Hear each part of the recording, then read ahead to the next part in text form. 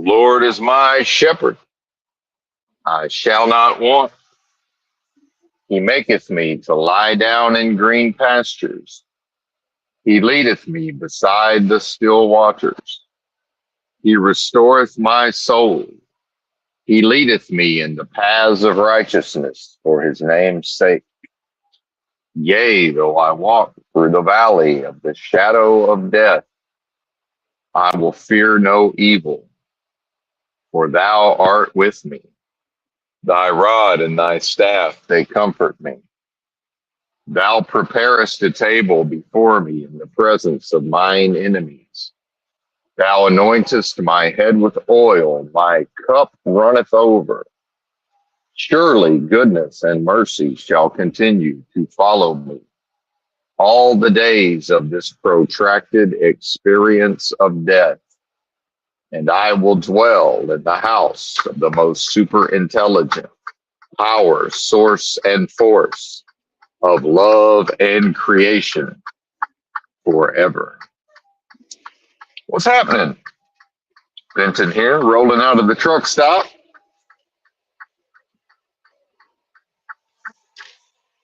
Hitting the road, got a little bit of fuel. Since recent loads have been heavy, I could only get 55 gallons or I'm overweight. Ran a light. Well, see, it's my second truck stop. I parked at a different truck stop. Everybody loves except for me. I don't like parking at them. Most of the lots are too tight. And they don't have paid parking also.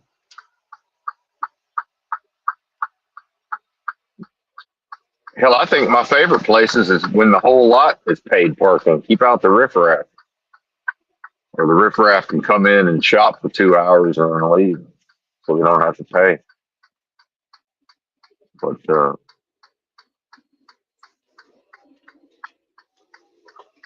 now when I see these foreigners, man, you can't always tell if they're from other countries, but if they reasonably, if I can tell, I'm like, hey, you're not from here, right? You're not from America.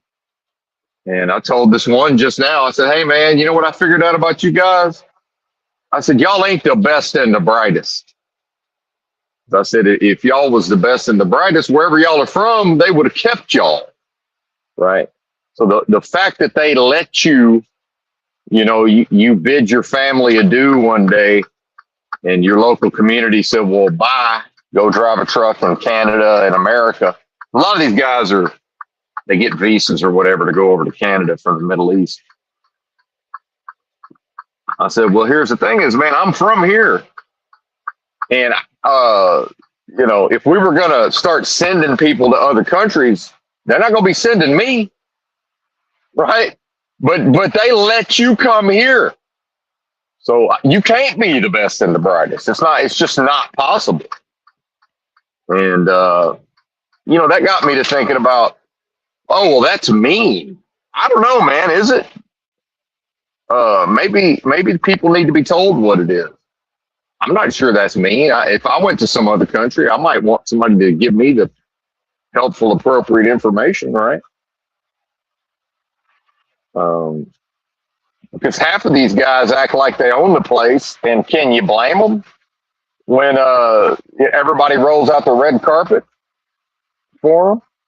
And I had an epiphany recently because one of them was trying to cut in line in front of me at the fuel island, and of course I wouldn't let him. But his whole attitude was like I owed him something, and that's when I figured it. I said, "Oh, okay, well they let you come here, buddy."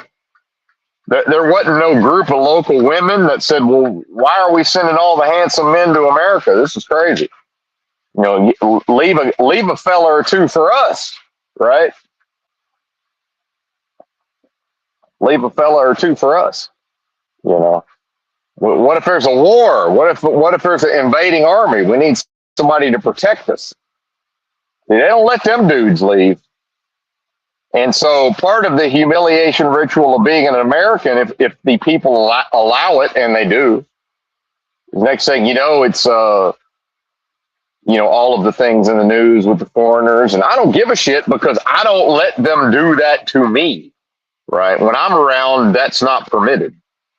And that's ultimately all I control. And it doesn't mean anything other than, America, part of our culture is, it's a lack of masculinity. It's to avoid doing things that seem mean, right?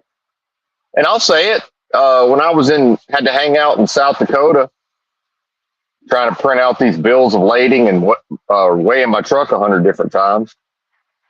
I got sort of this fake glib, just let's get through the moment, sort of affect, and they were borderline mean to me, but just being matter of fact, and just I'd say something. Well, there you go, just whatever, but not in a flippant, condescending way. Just we don't give a shit, and we're not even going to try to hide the fact that we don't give it. Great.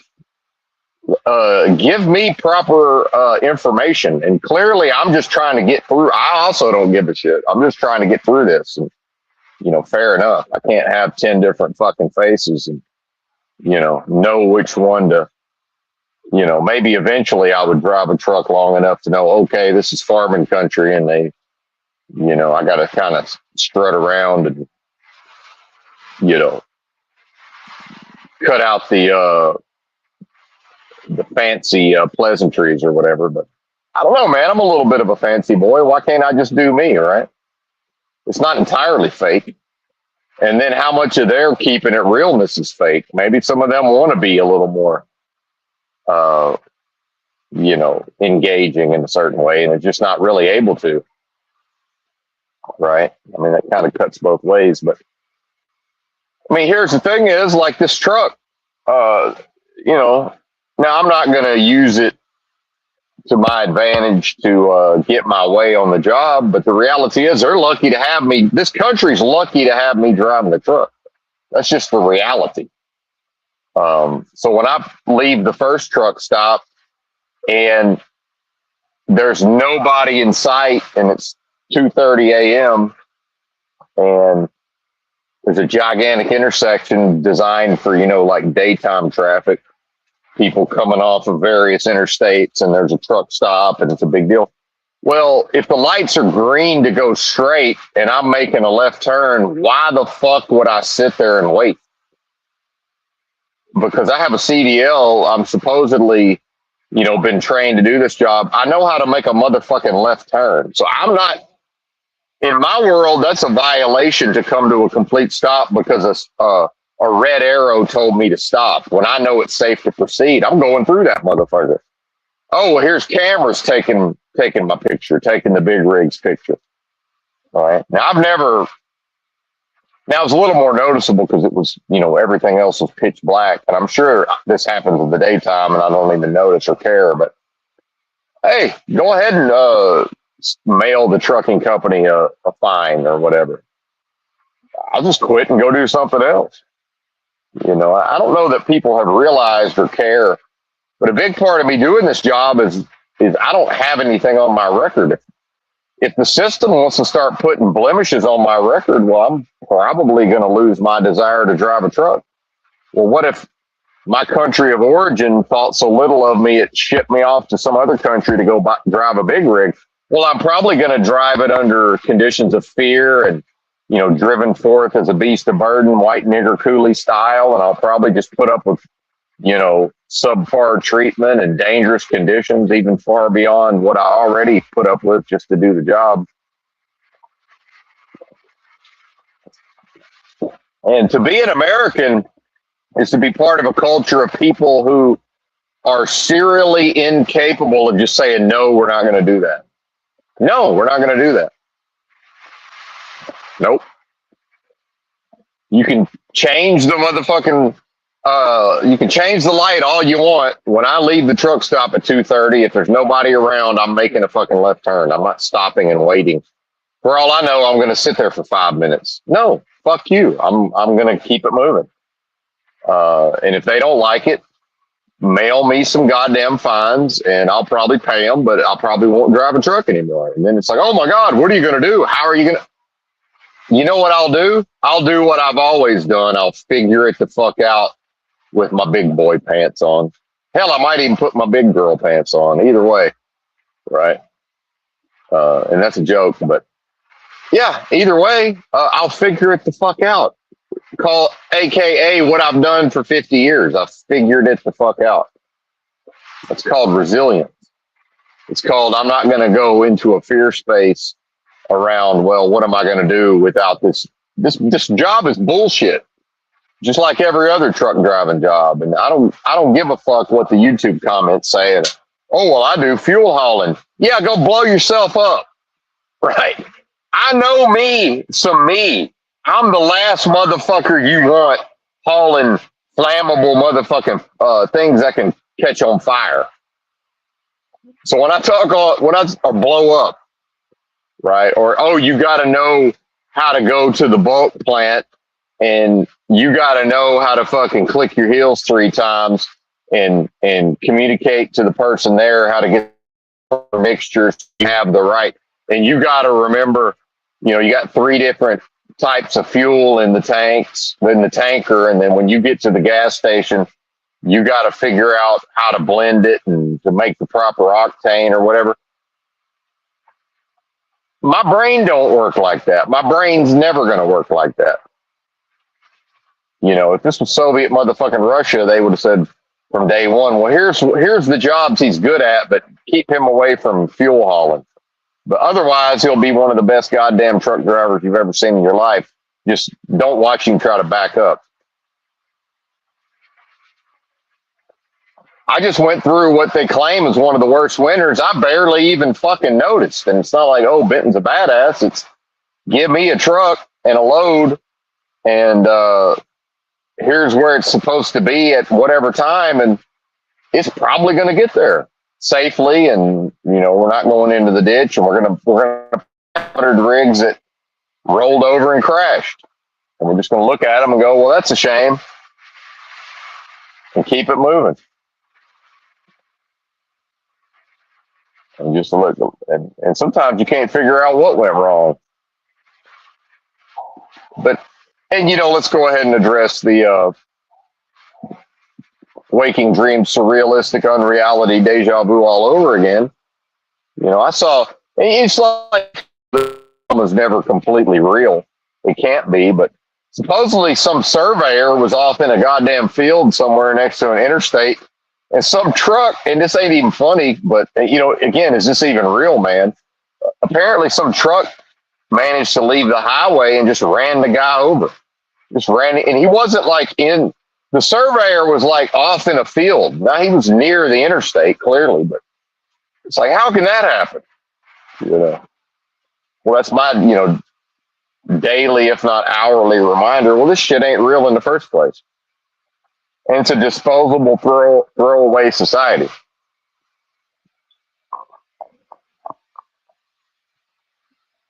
And they say, well, why are you being mean to the foreigner? You're going to make him feel bad. I say, he's probably supposed to feel bad. What do you think is the reason why they try to cut in line and act like they own the goddamn truck stops and the shippers and the receivers? It's because they don't feel bad. It's because nobody will give them any resistance. Because nobody wants to lose face. Everybody's a coward. It's better for them to say, hey man, I see you. I'll treat you well, but I know what you are. Maybe he'll and there's an opportunity, maybe he'll pull his head out of his ass and work on himself and internally bootstrap and do better individually, which is really, other than thinking for oneself, is really all I would wish for so-called humanity. Nancy Pelosi's MS-13 spark of divinity, this little light of mine, I'm going to let it shine, right? Maybe he can transform into something and return to the country of his birth, and they'll want him around, maybe. They don't want him. They sent his ass here. Think about that. Right. Would they send, and I don't mean the listener, how many people in American society, if there was an opportunity to send them away right, for the benefit of America, and they could send money back home, right? Well, who stays? That's a lesson right there. And they not sending me. I know that. That ain't gonna happen. I said, well, we might need him. He seems kind of useful. Yeah, he's ornery and kind of does his own thing most of the time. But shit, we suspect deep down if the shit hits the fan, and of course it already has. It's never not hitting the fan. I mean, this world is a perpetual series of shit hitting various fans. I mean, if we have it, the royal we certainly knows that. I don't want to speak for anybody else, but yeah, probably a good dude to have around in certain circumstances. We'll go ahead and keep him.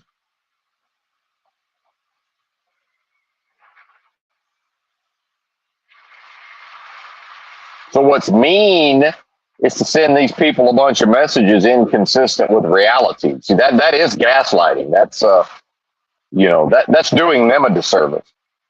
Right? Because human nature, the dead flesh, it does get a big head. It does sort of get puffed up with pride, and next thing you know, they're feeling themselves based on what? Now it's funny. It's not an Eastern European usually trying to break in line and throw their weight around. It's funny. It's usually somebody from somewhere else,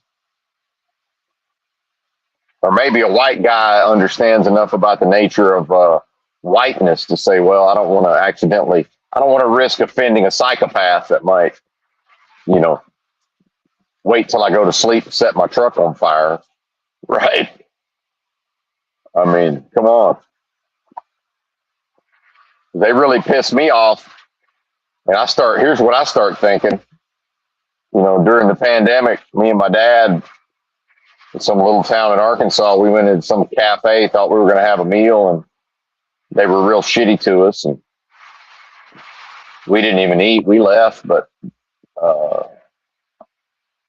there's people who will just, and I'm not revenge minded. Like, I don't see any reason for it. It never made any sense to me. But so it's not connected to anything. But here's how my brain works: is if I wanted revenge, I wouldn't do anything for 6 months, and I would just fucking show up in the middle of the night, and I would have a reasonable idea of where the cameras would be, and I would know I'd have to hike in, right, and I'd burn the fucking place down, and I'd never tell anybody.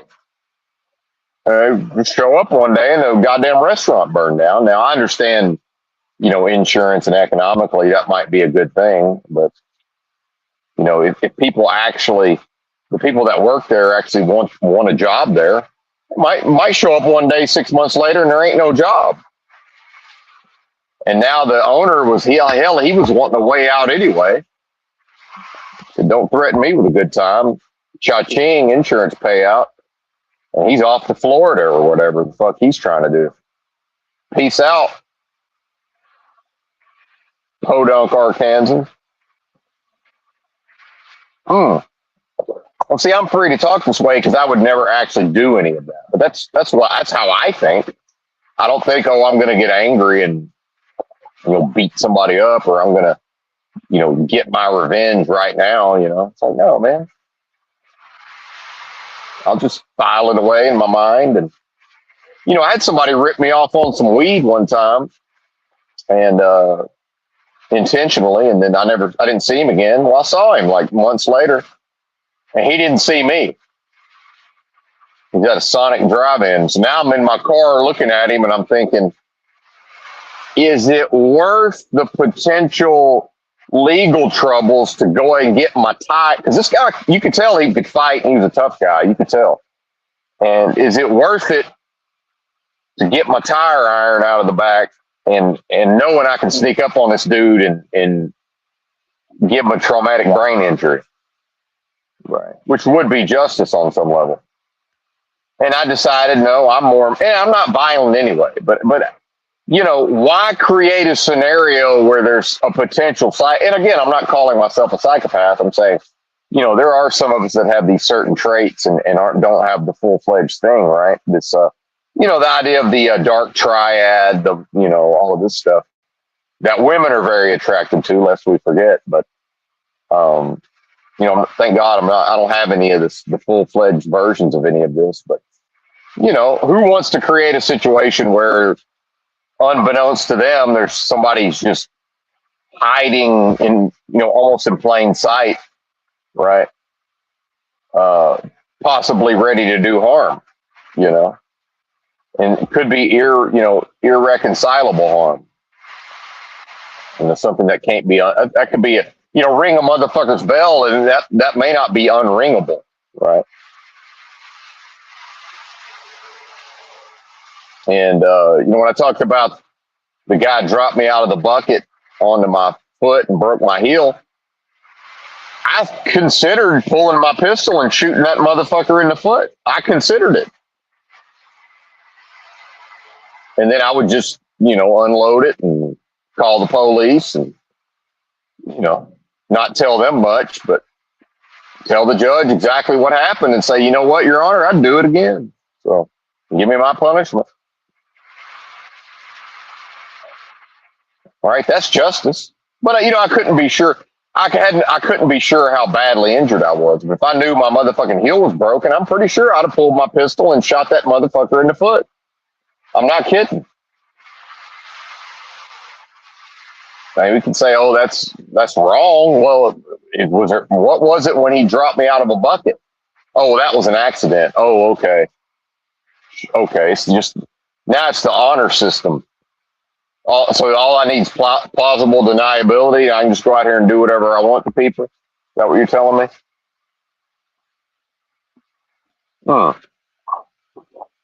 Either way, he had to know. Either he did it on purpose, or he had to know he wasn't qualified to have a human being inside of a bucket 13 feet off the ground.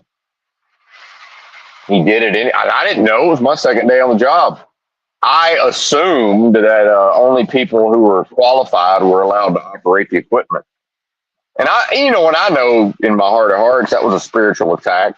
A personal message got sent to me through all of that.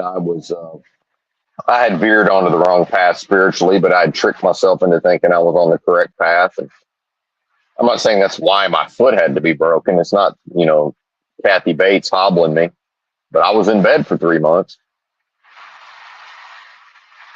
But, cause and effect exists. So I don't know. Maybe he was just a victim of that in some way. So, it all shook out the way it was supposed to, I guess. Whatever those unseen, for the most part, forces are. Right?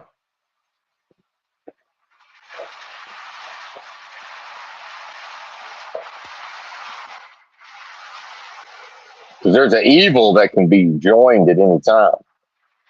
And in fact, most people have merged with it and don't realize they've merged with it. That's most. That's most motherfuckers. Right? And I'd rather err on the side of expressing righteousness than err on the side of, playing nice with these demons. How you going to love a demon? I'll risk maybe being a little too mean to somebody here and there, potentially. Does anybody remember the old days? America loves to romanticize the old days, especially the boomers. The old days was fucking mean. Do y'all remember this? TV was mean. The TV shows were mean. The commercials were mean, half of them.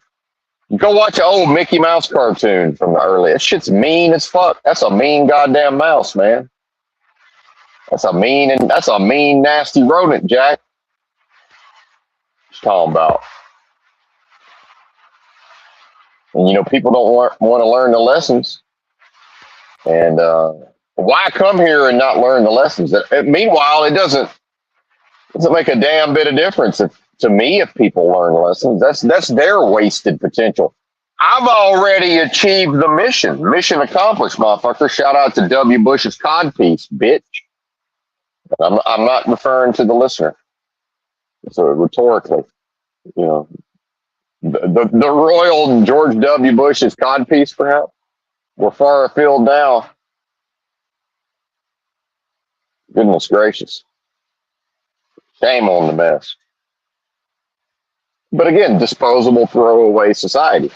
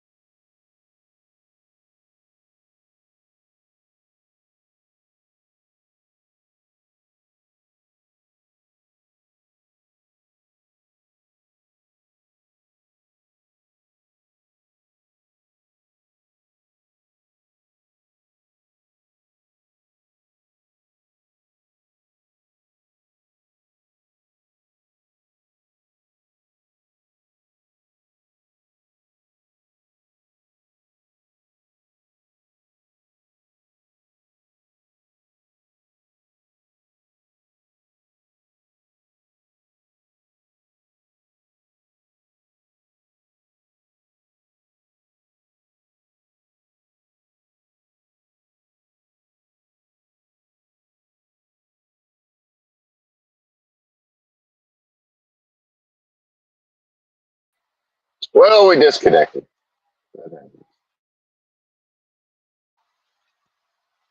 We're back. And, none of what I'm saying here is earth shattering. And, I love it when I get accused of the circular logic or talking in circles. Does anybody ever think it's because Benton here has access to a superior ability to take one aspect of one concept and then to immediately jump to another concept and to connect the the abstracted aspect of the first concept to then abstract a second part of a second concept and to connect those things and then to do that a third time and a fourth time and a fifth time. Right. I understand. And again, I'm not talking to the listener. More broadly, yes, I understand society's brains don't work that way. What's that got to do with me? Oh, he's talking and so I don't know, maybe figure it the fuck out. Right. How is a person like me who's able to demonstrate through his actions real world effectiveness, discipline, setting of goals and achieving of goals, but then somehow my logic is faulty and my ability to go from one concept to the next concept to the next concept to the next concept abstractly and to form a, what at least for the moment functions as a new living concept in the moment based on the spirit of what I am, that creative force. That's what I do. It's what I was made to do on some level. And I used all of that in my own hard work Americans, my own hard working American spirit, not the cigarettes. And I internally bootstrapped and I persisted and I worked and grinded and eventually was patient because I also had to master the feminine form, the yin to the yang within a culture and a society that teaches that the only way to achieve anything is through aggressive, assertive, dominant means, the yang energy, the masculine, the assertive, the positive, right? To go out there and achieve.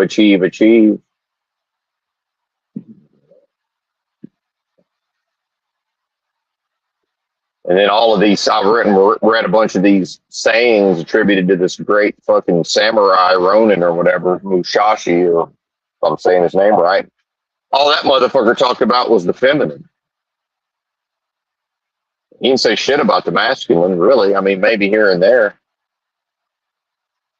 He basically talked about how to live when you wasn't chopping motherfuckers' heads off. And, you know, living humbly and all of these things without calling it humility. It's like, oh, well, be humble. Okay, great. How? You know, and here's how Americans experience with humility. Okay, identify everything that can't be viewed as humble and repress it through aggressive, assertive, dominant means.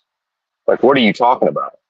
And then they're like, oh, this new basketball player, this Cooper Flag. And people are like, oh, I like him because he's so humble. And that's rare. It's like, no, it's not. Y'all don't talk to any 19-year-olds or you don't observe them. They're all humble because they've all been raised up to repress anything that seems arrogant or prideful. So they're all like that. Conformity is the new nonconformity. So yeah, it may seem refreshing to now, yeah, if somebody's in entertainment and they're a rapper or they're an influencer, well, yeah, of course they're putting their bling bling, personality on Front Street and their swag and all of that. That's of course. But I'm going to tell you, go find the successful athletes of today. 7 out of 10 of them are going to be humble because that's what it is now. That's what people have conformed to. It's something that looks like humility through the repressing of the arrogant and the prideful, right? So that's how you get Jay Cutler, one of the most successful bodybuilders of all time, who in the bodybuilding community is simultaneously considered one of the most arrogant and prideful people, as well as one of the most humble.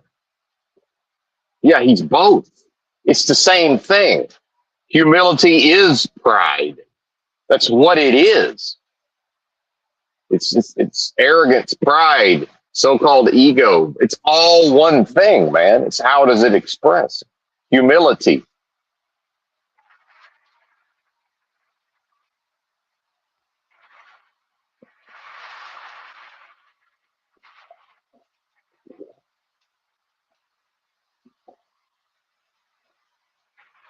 Being humble is not to Tim Tebow and win the Heisman at Florida in the national championship and then talk about how humbling it is. No, it's not. It's not humble to achieve things.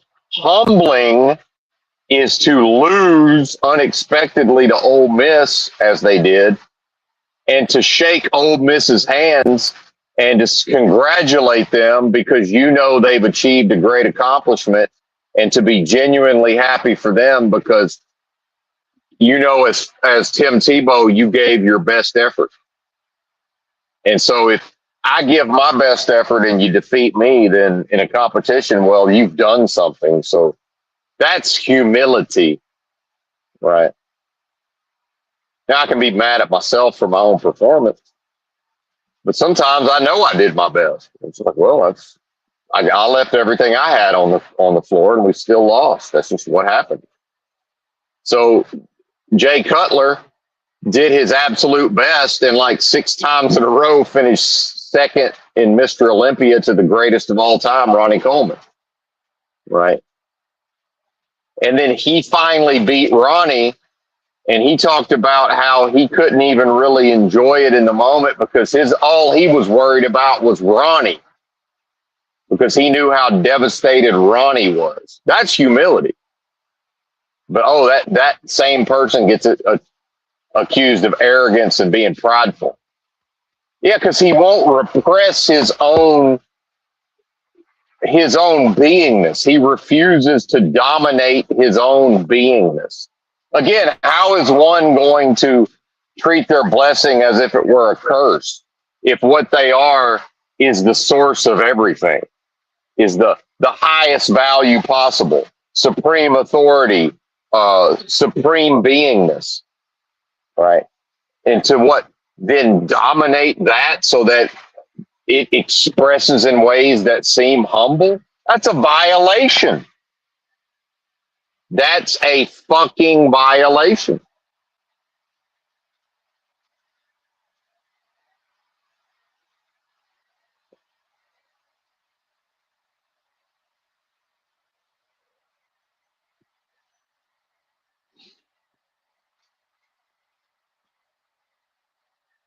And I'll tell you what, I got plenty of reps in being puffed up with pride only to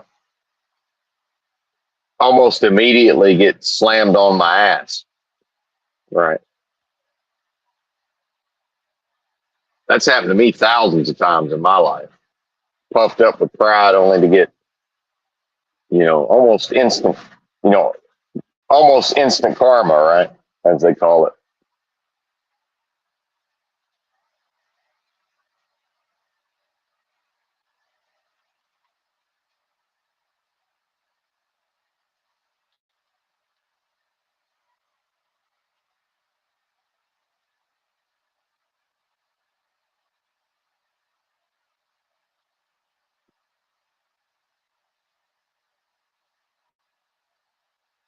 And we've homogenized society, not we, but society has, because of corporatism and all of these systems, coalescing into this Benito Mussolini's helicopter hand, everything is the state. The homogeny, is that the word? Homogeneity, whatever that word is. Society's become so homogenized, the expectations around people's behavior. Well, that don't belong to me. Society having an expectation for what I'm going to do and say and think and how I'm going to react and how I'm going to use my, in the context of time, space, location, place, in the present moment. Now it's here, now it's gone, now it's here, now it's gone. But none of that belongs to me. I didn't sign off on that. I thought diversity was our strength, see? And say, oh, well, see, that's the circular logic. People like to say he talks in circles. No, I was thinking in a particular vein, and then I recognized that speaking validly in one way, I can then show the absurdity and the invalidity of another concept that society has just swallowed whole. Diversity is our strength, right? And people say, oh, well, not everybody, MAGA and Trump and, ICE and good old boys. Listen, man, go talk to a good old boy about. Now, a real ignorant good old boy doesn't understand it well enough to even give the disclaimer. But at this point, almost all Americans are going to add in something about, well, I don't care if foreigners come to America. They got to do it the right way or whatever, or they'll say something to make it clear that they don't have anything against, other people of other, races and creeds and ethnicities, right? And I've got my own versions of that, which is fine. But so it's to recognize that this idea of diversity is our strength. That's propaganda. And society has absorbed it, right? A lot of the propaganda is authoritarian. Well, the individuals that comprise society have absorbed and swallowed authoritarianism. And what that leads to is they become authoritarians in their own thought process and in their own behavior, meaning they respond well to being bossed around. And they also then, under the right circumstances, feel emboldened to do things like boss me around. And I'm just like, what? Why are you I'm just like, why are you telling me what to do? I'm just confused by it. Like, what? I don't remember agreeing to be bossed around by random bozos. And, sometimes it gets to me. And, I walked into a truck stop, and I talked about this after it happened. There's a guy sitting on a bench, and I don't know what was going on. So he had a problem. He had a problem, and I was not involved in the problem. And he just decided, based on whatever, that he was going to take control of what I'm doing. So now we can talk about the spirits and the demons and the spiritual attack, and that's part of it. Certainly he's under demonic oppression, right? But then the spirit of what I am, right? If he's got this Nancy Pelosi MS-13 spark of divinity, do you really think that as deeply buried as that, whatever that is, may be within him, you think it can't see me and see, oh shit, there is a righteous man right there. Holy shit. And so what's righteous in that moment is I'm listening to my fucking headphones, and this guy physically bursts into the little room, and he's physically bigger than me and goes to barking orders. Well, what's righteous is I got to immediately let him know what time it is. And it's not mean. It's not inconsiderate. It's not rude. It's righteous. So now if that little spark of divinity in him suspects righteousness, well, now it's okay. There's righteousness. Now, maybe he needs to be righteous in his own life. Maybe he's sitting on that bench looking at his phone because he's probably got women problems, right? He's probably got problems on the home front, because I can profile. This is a guy lives with a woman, probably married to a woman. I can tell by the way he dresses, the way he carries himself, right? This is a fella that a woman would see enough value in to at least cohabitate with, if only to try to, if he's got the genetics to father some children, maybe, and then, if not, she can take care of that when he ain't around, especially as a truck driver, right? Or she can do a version of both. And then she can, spend his check while he's out on the road. And, probably he's on his way back to the house for his home time. It's around the holidays. Guy's in there doing his laundry, probably just took a shower, and he's still got good clothes on. That means something. Most truck drivers that's doing laundry inside the truck stop, they ain't got nothing. Whatever they're physically wearing ain't presentable. Right? Same for me. Now, what I do is I keep I got a spare set of clothes that I just don't wear, but it's not my best pair of pants. It's like an old pair of pants, but they're clean, and I only wear them when I'm doing laundry. This guy's got on his good shit. And in fact, he's probably going home to the woman, and he's only going to be there if he's lucky, for a 34-hour restart. And in trucking, they say, oh, I work 5 days and I get 2 days off. No, you don't. You go home for a 34-hour restart, which is 1 day off, because you take a 10 no matter what, truckers. And I know I'm not talking to truckers. You take a 10 no matter, I'm coming off a 10. You do a 10 every 24 hours, you do a 10. So how you going to add 24 to that and call it 2 days off, motherfucker? That's 1 day off, if you're lucky. If they won't let you go pick loads up on the PC like they do me, let. Right. Here I am working on and you want to call that 2 days off? Well, if he had any sort of righteousness, he could walk through that door, drop his fucking sea bag with his dirty clothes, and she would, if he didn't drop it on the floor, she'd be trying to wrestle it away from him. Because, hey, that's my man from her perspective. I'm being serious. She would be thinking, that's my man. He's out there bringing home the bacon. He's coming home to me, right? And he's stopping on the way to the house, washing his fucking clothes. Hell, for all I know, he might have just moved out. Maybe they're breaking up. Maybe she power played his ass. And so he's feeling some type of way. He's under demonic oppression in his own house, in his own marriage, in his own energy sphere, and here comes a righteous man through the door. And the demons, you think I pull onto a truck stop, every demon on the property gets a notification. Every demon on the property is notified when Benton rolls in. They say, shit, we got a righteous one. We got a live one. All eyes on Benton. A righteous man is here. Spread the word. You think that don't happen? When I first had my experience, direct experience of Christ, my road to Damascus, motherfucker, and I'm not calling you a motherfucker. That's the royal motherfucker. That's the emperor motherfucker to you, motherfucker. If you please.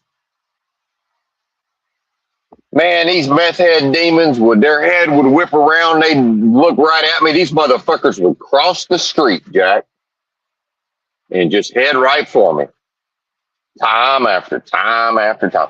And that shit only stopped once the demons was convinced, well, we can't come at him that way. Hell, it happened to me a few times in LA. Motherfuckers cross the street. I pass them in the street. Hell, it still happens. It happened to me early one morning on Alvarado on my can route. One of them demons. I met him in the middle of the road and spoke to him. But shit, you're going to cross to my side, I'm going to cross to your side, partner. And very few of them had the guts to do another pass, right? Very few of them got that level of gall. I'm talking about unmitigated gall.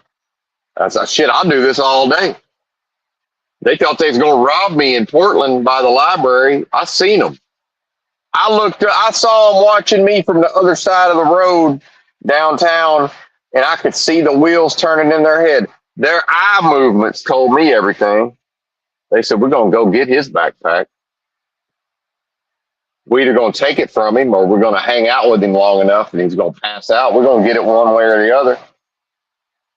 And they turned and started heading towards me, and I just walked right at them, Jack. Passed them in the road, just looked back at them and started nodding and went, yep. Now, how to look on, that's righteousness, see. And can't no force anywhere stand against righteousness. No weapon forms. It starts to form. Now, if righteousness doesn't know what it is and has forgotten itself, John chapter 14, verse 26 style, next thing you know, the spiritual attack finds footing, and that only happens because righteousness allowed a weapon to form. See, that's what that means. No weapon formed shall prosper. Well, that's contextual. That's not in a vacuum. That's not, oh, well, now people get to claim to be saved because they checked some boxes and they think they met some legalese. Now they're saved, air quotes. Saved from what?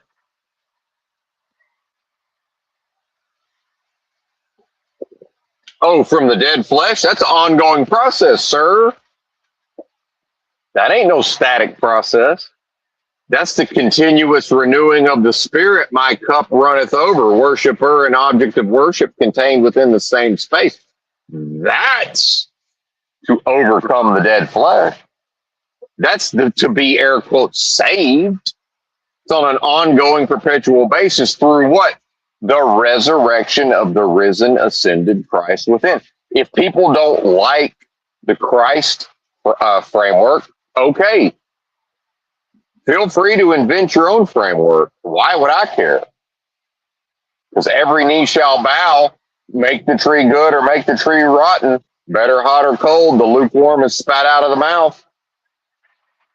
There is no middle ground. I don't give a fuck. I've already beat this motherfucker. I'm pretty much looking for any excuse. I'm pretty much looking for any excuse now to call it a day.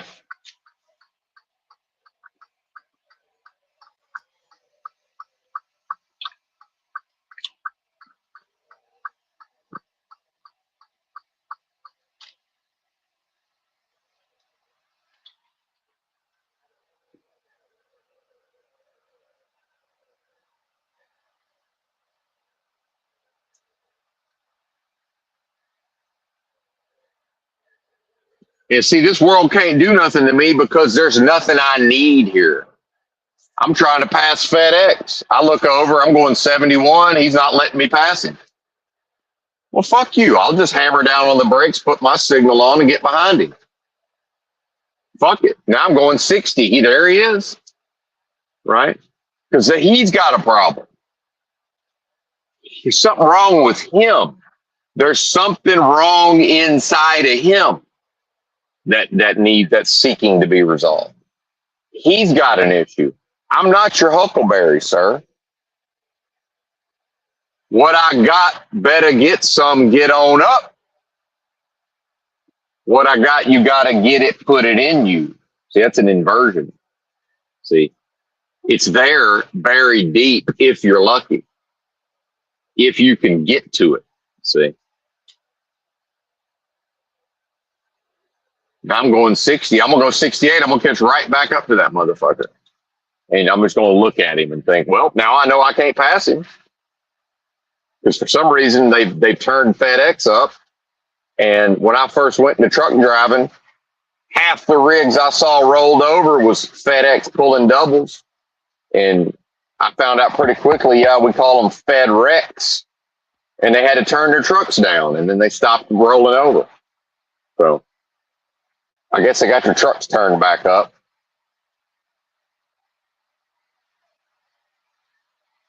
So I used to go sit.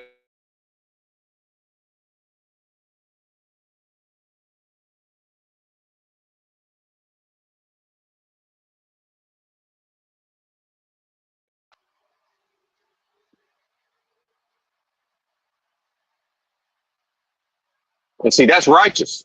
This guy in a box truck thinks he's going to follow me. Oh, I'm going to brake check him and give him a fucking middle finger. That's righteous. That's the middle finger of righteousness. And Americans have allowed themselves to become so indoctrinated to a nice guy and a nice girl society. We can't tell the difference no more. So society can no longer tell the difference. So we don't know when we're being rude assholes to each other because we've become very sophisticated in making it appear to be what it's not. Well, Benton here is one of the most aggressive people of all time. That's just what it is. Very, very, very aggressive by nature. Never had a problem when it was go time. I'm not talking about beating people up. It's go time. It's my fucking go time. Let's go. I'm game. But so I'm very sensitive to aggression. And so I go into Walmart, and when I can't even get from one side of I get in the front door and I can't get from one corner of the store back to the other corner without 8 people aggressively approaching me physically. They've got a problem that they're not aware of because society will no longer let them express aggression. But it's a human being in a dead flesh. It's going to express aggression, especially if you put it on a bunch of psych meds, antidepressants, anti-anxieties. So,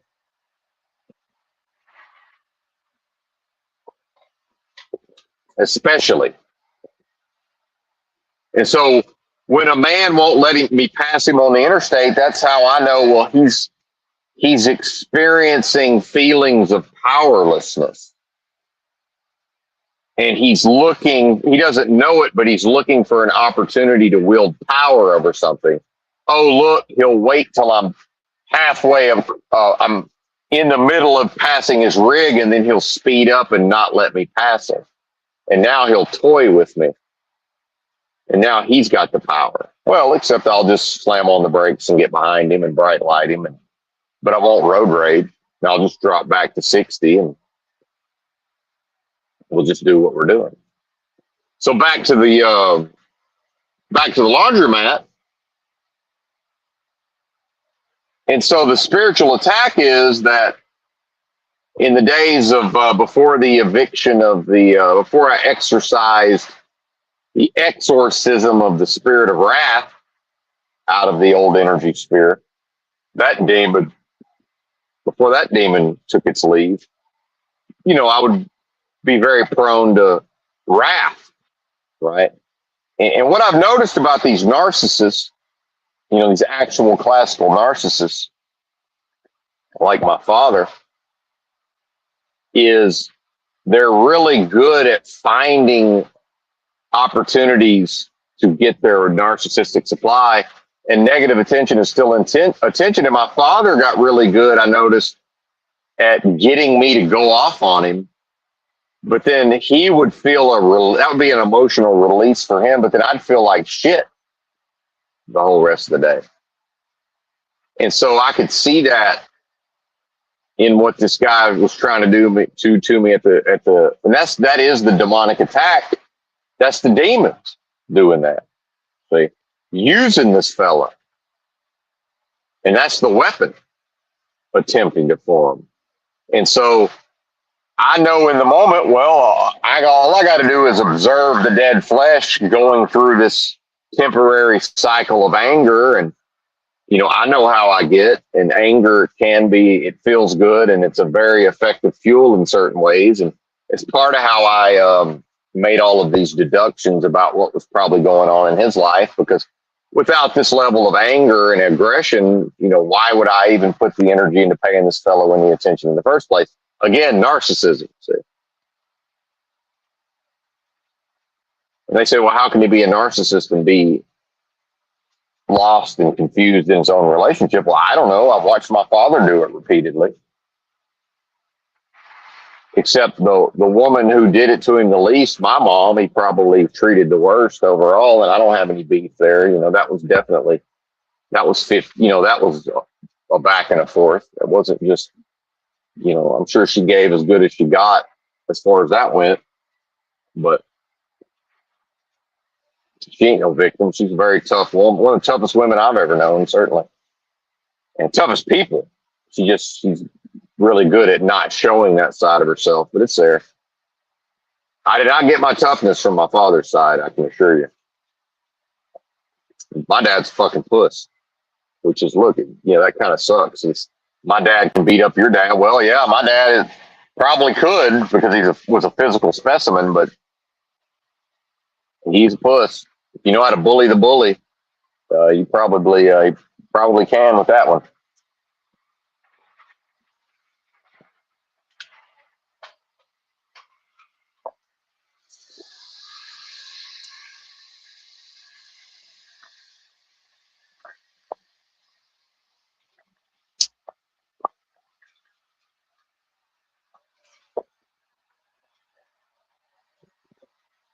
He's not really a puss. And I guess he's a puss in the ways that I'm strong, really is what it is. That doesn't make him, I'm being too harsh. It doesn't make him a pussy. But see, my version of not being a pussy is I don't want to do some shit, and I'd rather sort of hug my own inner child and suck my thumb, metaphorically. But there's part of me that views that as bitch made and will just make myself do some shit even though I don't want to do it necessarily.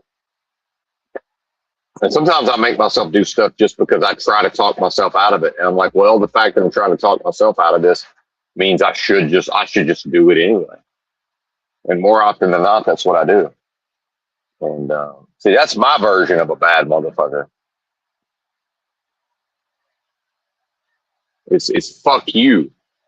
It's fuck me money, right? Oh, fuck me. Fuck you. No, fuck me. Right.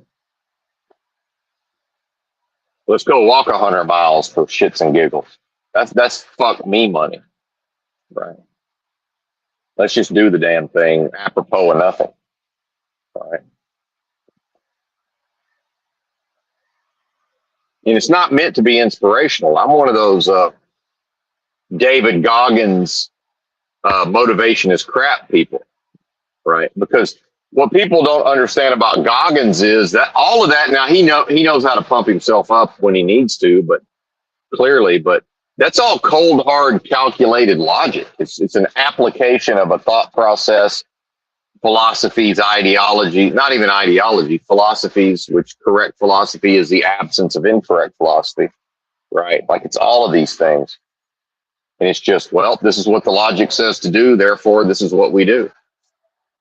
And it's like, okay, well, my feet are bleeding and, my legs don't work. Oh, well, oh, well, I don't know what to tell you.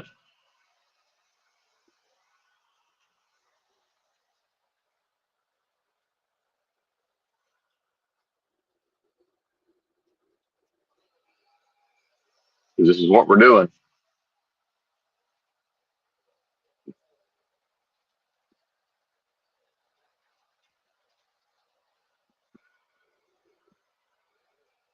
Yeah, it's follow Benton.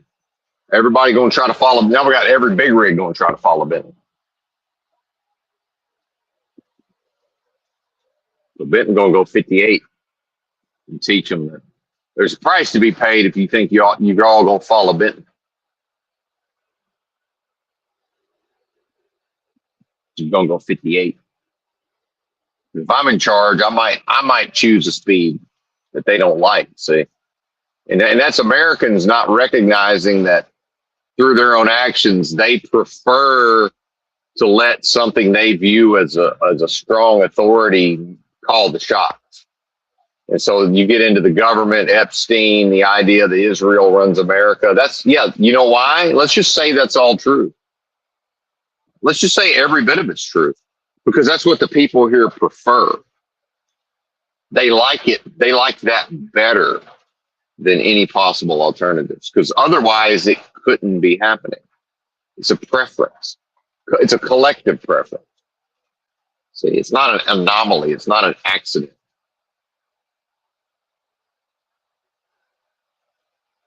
So back to the fellow in the truck stop, he on some level probably needed to see some expression of righteousness. And now whether or not that inspires him to behave righteously in his own life. And, now believe me, I've had pain and struggle and strife and heartbreak in cohabitating with females for over 20 years total. But for the most part, things have worked out fairly well for the both of us.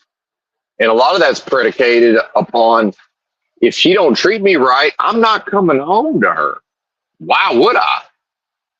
Right? So why would I go drive a truck to pay for some woman's lifestyle and then I gotta wash and again, I don't know, like I chose to do my own laundry. Part of that is just my own neurodivergence, undiagnosed fake autism. I started washing my clothes, as a young teenager. It's just I wanted it done a certain way, and I recognized, well, I'm not insane enough to try to start telling my mom how to do laundry. That's crazy. That doesn't make any sense. And on some level, I probably recognize if the fucking clothes end up clean in the drawer, what's the difference? But for whatever reason, I wanted the shit done a certain type of way. And I wanted them clean I wanted to have availability at a certain time. I didn't want to have to consult somebody. Hey, when's my clothes going to be ready? And then, well, first I got to wash your sister's clothes. And like now I'm married. You see what I mean? 14 years old. It's like, well, I'll know when my mom is likely to do laundry and then I'll just do my own laundry. And so I asked her basically, how do I work this thing? And what do I do? And, what do I avoid? And she was happy to show me. And then I did my own laundry. Women have rarely, if ever, done my laundry.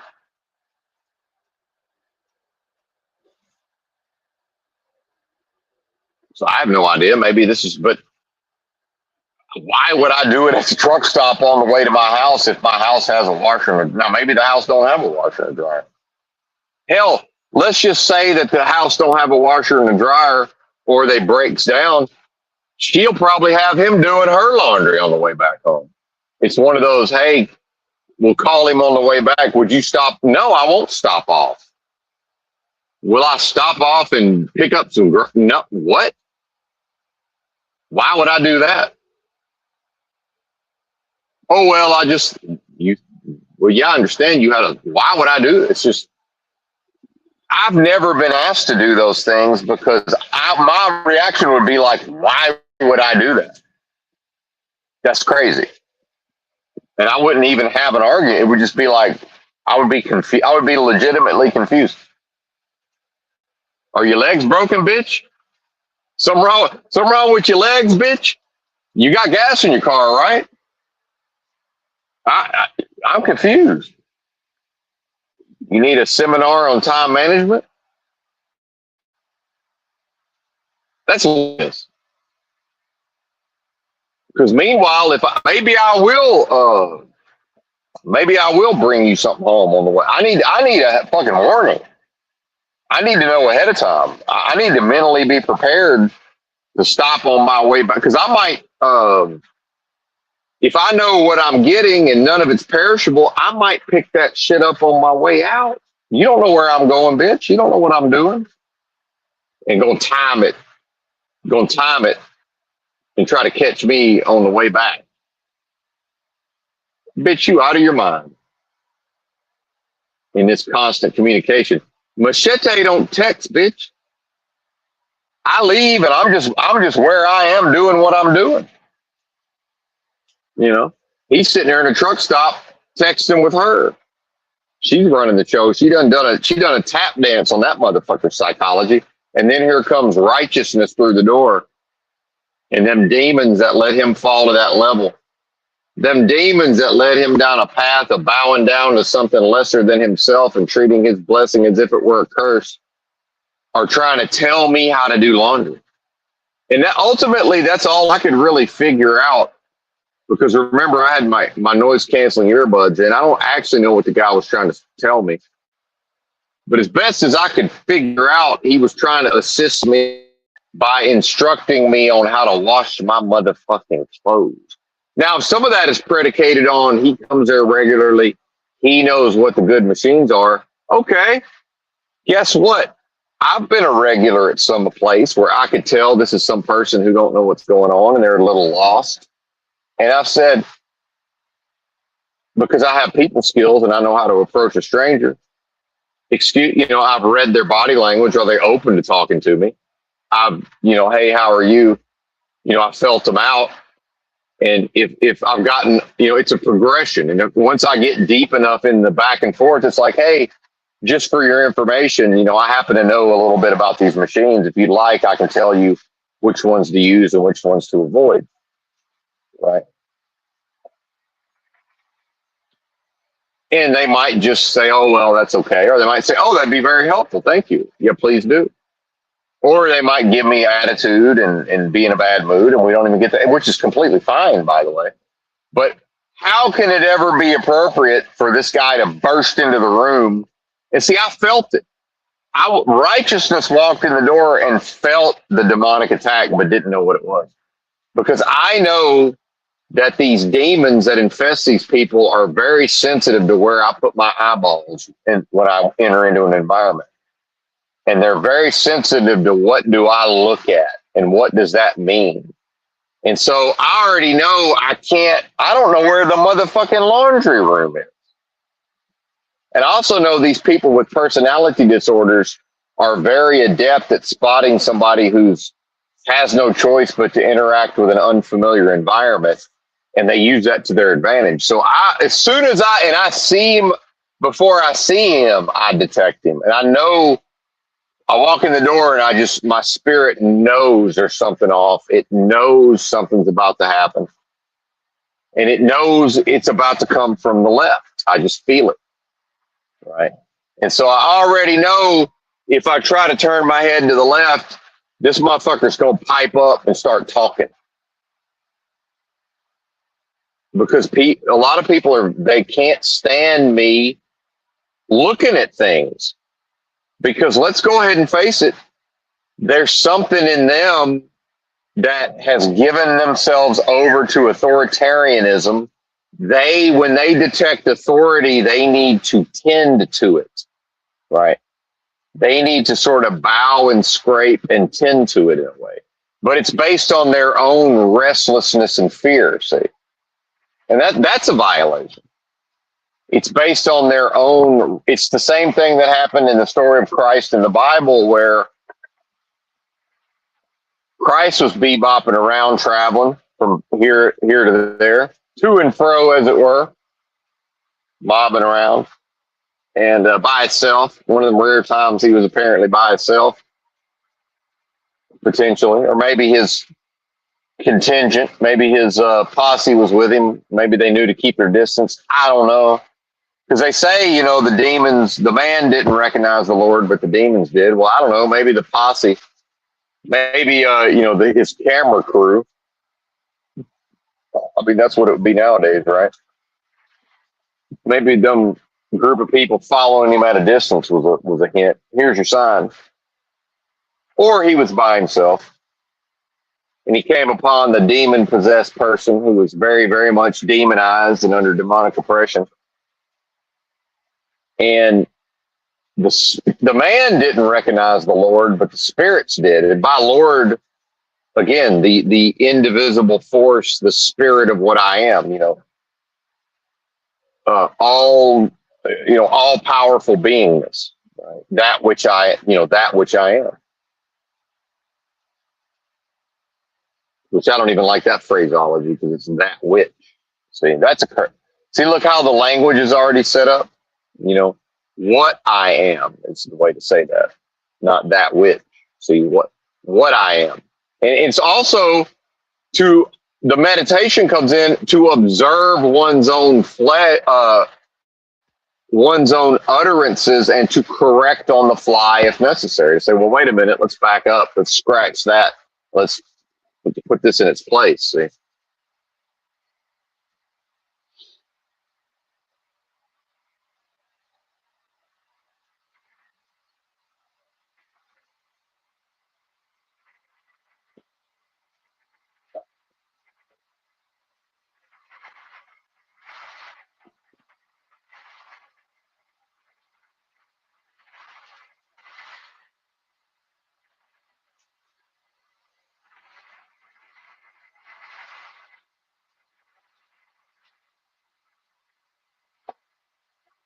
The silence is a meditation.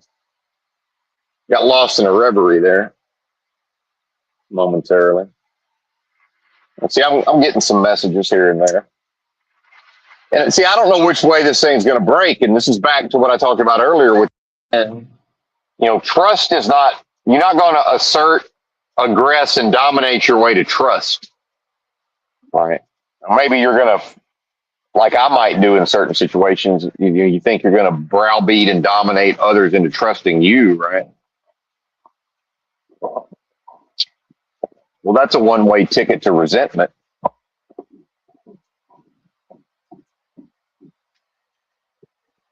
But, trusting that what I'm doing with this truck driving, it's going to break one of two ways. And I'm either going to, at some point, call the owner of the company and say, listen, man, here's what's got to happen because, either I'm going to let y'all continue to run me, white nigger coolie style. And eventually I'm going to have enough money that I'm going to buy a truck and I'm going to have enough money to take my happy ass to the oil field. Or before that happens, y'all are going to cut me loose. And, like the idea of the bird or whatever, if you set it free, if it comes back to you, it was yours all along, right? Type shit. It's like, I'll either come back or I won't. But like I told the guy, part of how I got the job is I said, look, if I like the job, why would I quit the job? It doesn't even make sense. I keep going back to trucking. So clearly, I choose it and enjoy it on some level. So yeah, I've quit a bunch of jobs. I never quit one job for another job ever. And so I don't job hop. And maybe I had shit to do. Right? Not everybody needs to work all the fucking time. For day by day, year by year. Right? I got enough money. I don't even know what I need to do. All I know is I need to not do this for a while. Or I can just keep doing it. And at some point I'm going to have 40 racks and I'm going to go buy a truck. I'm going to go to the oil field. So I don't know. You tell me, what are we doing? I don't know which way it's going to break. And there may be other alternatives. I'm saying that's what it looks like right now. It's just what it looks like it's going to be.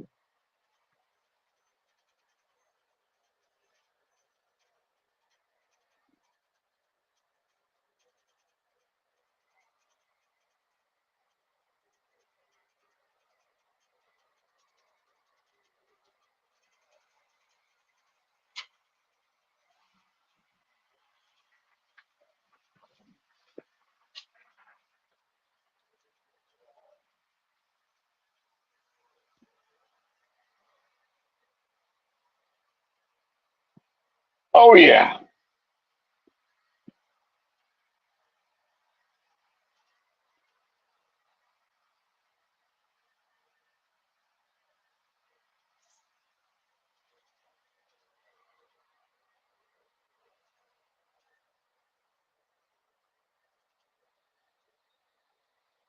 Anyway, I'm sure I had more to say about that, but it's time for fruit.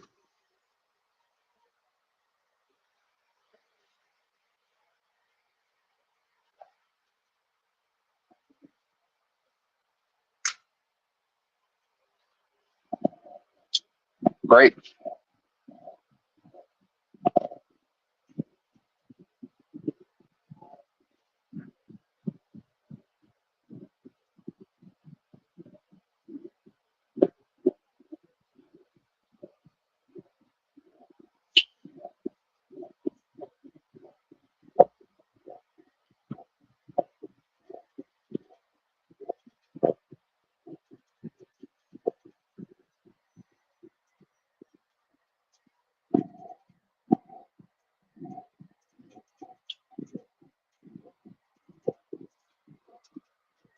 All right. I guess the stream's over. Bye.